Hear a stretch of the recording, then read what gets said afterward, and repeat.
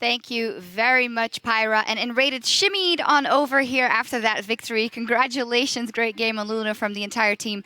Talk me through the pick and ban phase because the Copenhagen Wolves had some good things up their sleeve coming in. So we started with the big pick and ban phase as we usually do. We kind of sorted the priorities we had, and we felt like there were a lot of picks open that were good for us. So we just tried to like make them pick whatever they want and still get advantage out of it, and it kind of worked for us, I feel. There were a lot of bans on top lane. We secured Lissandra pretty early on. I think that just worked for itself. Yeah, I think the draft was pretty even up until the last pick. We saw you hover Leona, I imagined, for a counter in Annie in lane, and then you went back to the Lulu.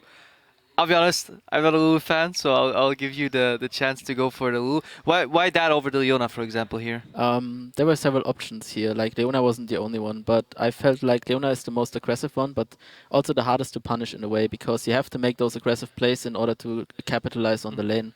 So I felt like this game would be a lot about jungle pressure onto bot lane, so I rather fell back to a Lulu pick, which is more defensive, but still in the matchup has a lot of protective duties against Annie and kind of countered their engage in a way, which helped us as well. And since the Nidalee was ahead in early game, I think Lulu was in the end a better pick because we could just hold bot lane and wave clear and do a lot more with it in transitioning into mid lane.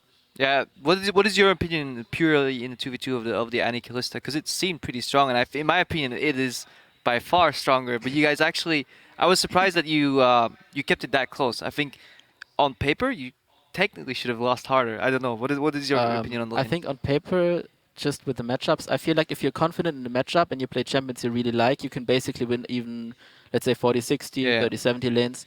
We pressured them early. We had a lot of advantage until the Nidalee gank came in, and that kind of threw us like a bit off, and they started to pressure us instead. The trades in early game were favorable. I maybe could have pressured a bit more, but I was afraid because Nidalee just got ahead and had a lot more pressure. I feel like if I played a bit more aggressive, we would have even won the game like a bit harder on bot lane. But I feel like we just went even, and if that one kill didn't happen, I think that we would have won the lane just simply by matchup. Yeah, and after that, actually maybe getting or going even, there was a quadra kill coming in for Fox, and we're actually going to pull that replay up on the screen because it looked like it could go the other way for a little bit if we get that up on the screen. And Ray, to talk us through the moves here. So we knew they tried to be aggressive, and we were just waiting for the engage basically. We had Sven already in the back, and he was just waiting to counter engage there. So we come in, we try to find an opening, it didn't quite work. The TP came in, the opening came in the end as well because they kind of made a turn there. We got freeze, first of all, and after that Fox was already coming towards bot lane, making a really good roam. So we just cleaned up afterwards. Yeah, definitely Fox has an impressive showing this game. It seems like before, I felt like Fox was part of SK, but in the shadows, you know? He was just like this tiny wheel turning in the giant machine that is SK Gaming.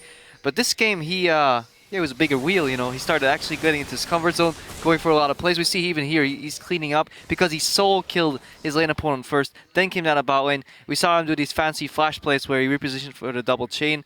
How good is Fox, and how much more is left in him confident-wise? Like, how much room does he have to grow on the stage? I think we shouldn't talk about confidence because every mid laner should have just a certain amount of confidence to play it. After a while, how much better does Fox is going to get? I think he hasn't reached his skill cap at all. I think he has a lot of room to grow and a lot of experience to gain, and he's just slowly but surely gaining it throughout the matches.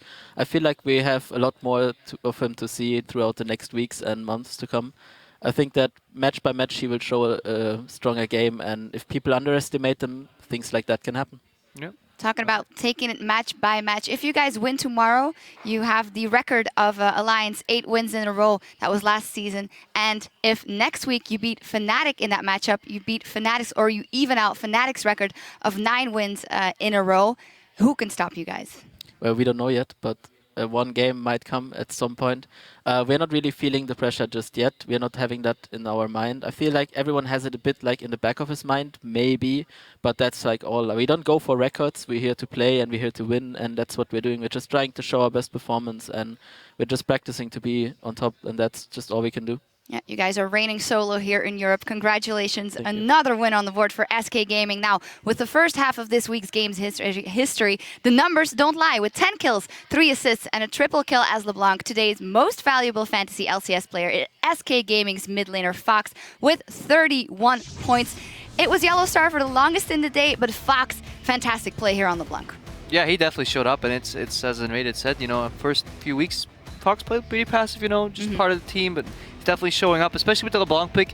Every time I see LeBlanc pick so far, I was like, yeah, I don't know, man, that champion just doesn't have it anymore, and I've been proven wrong because he definitely showed up. Solo killed Ari, which is the tier 1 mid lane pick right now, and just calmly roamed down for a triple quadro kill. So yeah, definitely good showing from Fox. Yeah, must feel good for his confidence as well. Before we sign off, let's update the standings. Still undefeated at the top of the tables is, of course, SK Gaming at 7-0, but Fnatic is right behind them at 6-1. Now, the Unicorns of Love have tied Elements for 3rd place, and toward the bottom of the table, Meteor Makers now find themselves alone in the number 10 spot. Elements tied with the Unicorns of Love in this one, and the rest of the table, business as usual, SK still at the top. Yeah, I'm surprised by UOL. You know, a lot of people were saying, yeah, they couldn't come in. You know, these cheesy picks, the popping top lane, it's gonna run out of steam. They'll get figured out, but they've shown resilience. They've shown really good play, and I'm just happy to see them there. And then, yeah, I'm kind of disappointed in Elements. Kind of expected more. Definitely think if they get a culture or just change these like bad habits and put a little more like, I don't know how to say this. Just passion, you know, for Grinta. Yeah, that's the word, but I don't even know if I it read means. your mind, man. Exactly.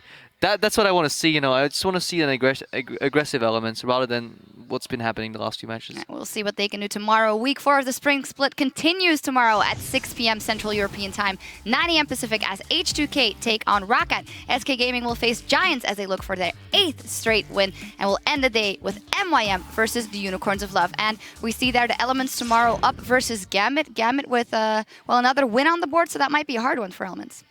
Yeah, but I feel like Gambit was really, really sloppy, both in closing out the game as well as their item choices, their vision control. They didn't pick up the oracles early. They danced around that Baron for way too long. And Elements, you know, you have to snowball them into the ground if you want to beat them. You know, if you leave them a little bit of wiggle room, they'll eventually come back. You know, they have these players that can do that. And I don't think Gambit showed that they had what it takes to beat Elements. But, you know, I can be proven wrong. Yep, we'll see tomorrow. That's all from us until then. From myself, Crepo, and the European LCS team, thank you for joining us, and we'll catch you again tomorrow.